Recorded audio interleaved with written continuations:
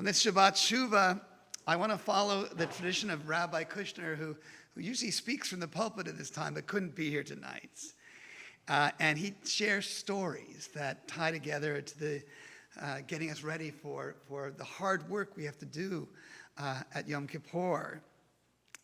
I think the stories help us give insight, and I hope mine will, into the travel, the work, the journey of Teshuvah that we have to do, your personal turning to the path of who you were meant to be all along, the path of hope and of value and of blessing, that path you're supposed to travel with your lives. Or maybe they'll just help me on my tshuva as I share my stories with you, a few of them. The first story focuses on our parents and forgiving them as we practice kavod, av-en, honoring our mothers and fathers. Part of tshuva is forgiving the forgivable, just as we seek forgiveness for the forgivable for ourselves. And I think as some of us grow older, we can let, when it comes to our parents, a little empathy override disappointment or anger, and in letting go of it, be the shapers of our lives, living the lives we were meant to live. So I'm going to go back a long time ago to my hometown yet again, Upland, California. You've heard about it twice now this week. And I was outside mowing the lawn with my father, and I faced my own Akedah moment. And my role in that situation was not that of Abraham, but of Yitzhak, as I stood behind him, helping him with his brand new Briggs & Stratton lawnmower, mow that lawn. My father was a microbiologist, a PhD in microbiology. He was a beloved science teacher at Chaffey College. And he shared with me and my siblings his deep love of Judaism. He developed after his mother died. On Friday nights, I remember being in the house and having him sing Ma Tovu, which we didn't know then was a day tune, but it was sung with such a beautiful love. The man was amazing in the classroom, but at home, he would come home exhausted and collapse, and his personality shifted, and he could be very difficult with us. And we knew his story. He was a survivor of true poverty during the Depression. My grandparents refused to go on relief. They were too proud. When World War II broke out, he enlisted right away, and he left the Bronx to go serve under Patton in North Africa, and then at the invasion in Anzio, Italy, where he was hit with shrapnel. They patched him up, and they put him back in the war. He finished his service in France, only later to be drafted when he was at UCLA back into the Korean conflict, which fortunately at the last minute he was able to spend in DC, helping teach about microbiological warfare. Every Veterans Day, watching on our black and white RCA TV, my father would break down and cry as he watched the parade on television. And he explained to us, or call out, that no one really understood what all these soldiers and what he had been through. He'd been in hand-to-hand combat. And it was a miracle that he, and ultimately we, or any of his children, were actually able to sit in that house on that day. Well, back to mowing the lawn. There we were, mowing the street median. You know, there's the street median, then the sidewalk, and then our property. We're responsible for that. And my father wasn't used to yet his new rotary lawnmower. It replaced that old machine that was almost impossible to get started, pulling on the start all the time, that rope. I was fascinated. I walked behind him. I wanted to see how it worked. And as we went along that median, the machine, he didn't see it. There was a sewer cover with a master lock on it, those old metal master locks, held tight by it. And he nicked the lock, we figured out later. And it sounded like a rifle shot went off.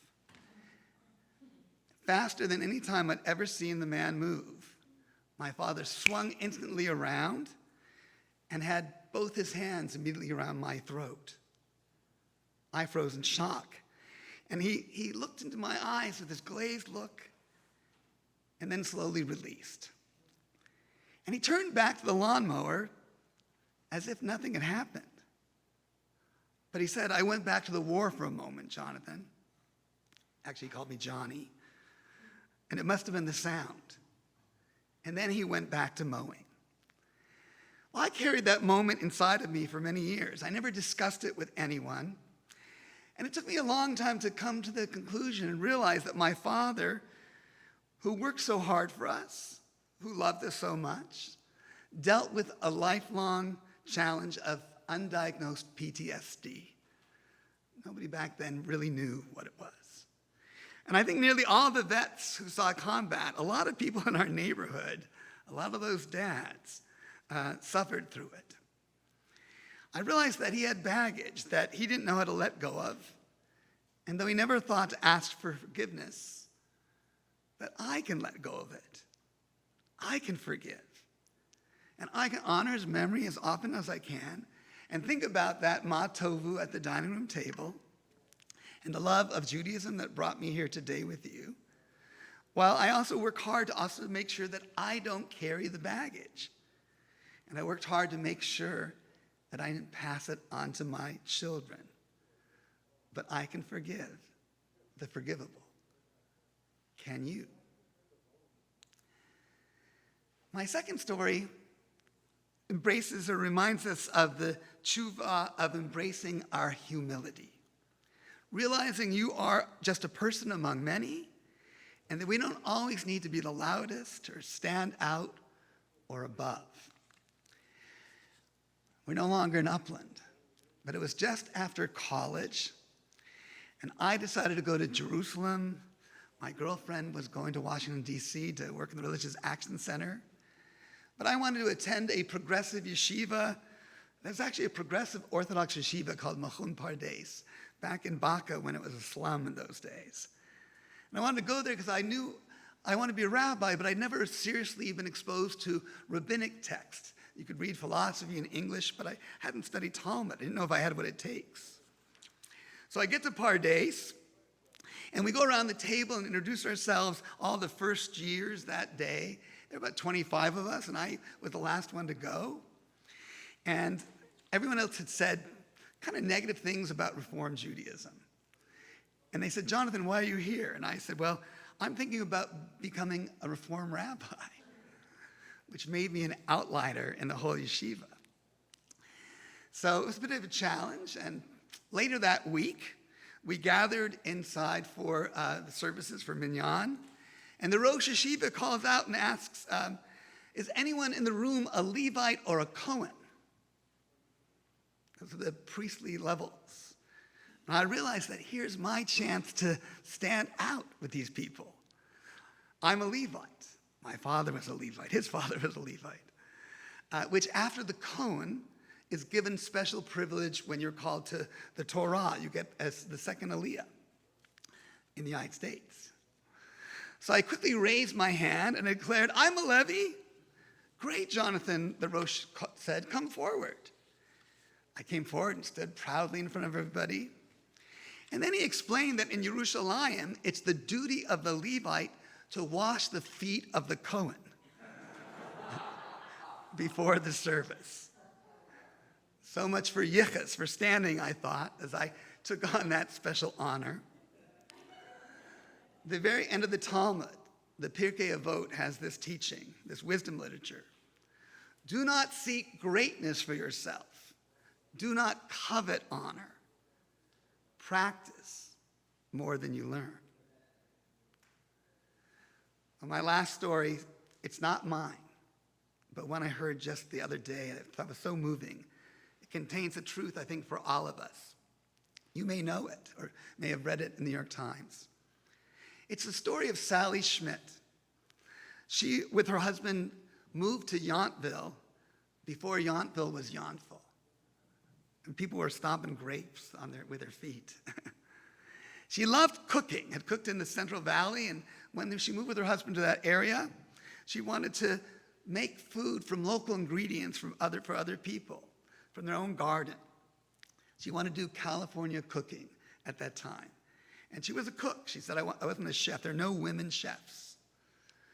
And she and her husband, they were the ones who purchased a kind of rundown building which really had been a French laundry. And they were the ones who started that restaurant and having fun serving good local California food to locals. The restaurant was so successful, she said, that there were people pushing her to franchise it. Put one in LA and one in New York. But she realized that she didn't want to be that kind of business person. She also wanted to have a family. And she didn't want to do what it takes to run a 3-star restaurant because it would throw her life out of balance. And she valued her life and her family too much to fall into that trap, she said. And Thomas Keller came by. And he was a bit down on his luck, she said. You can watch this. There's a little video on it on the New York Times website. And she said she realized that he could be the one to take it to the next level. She trusted him.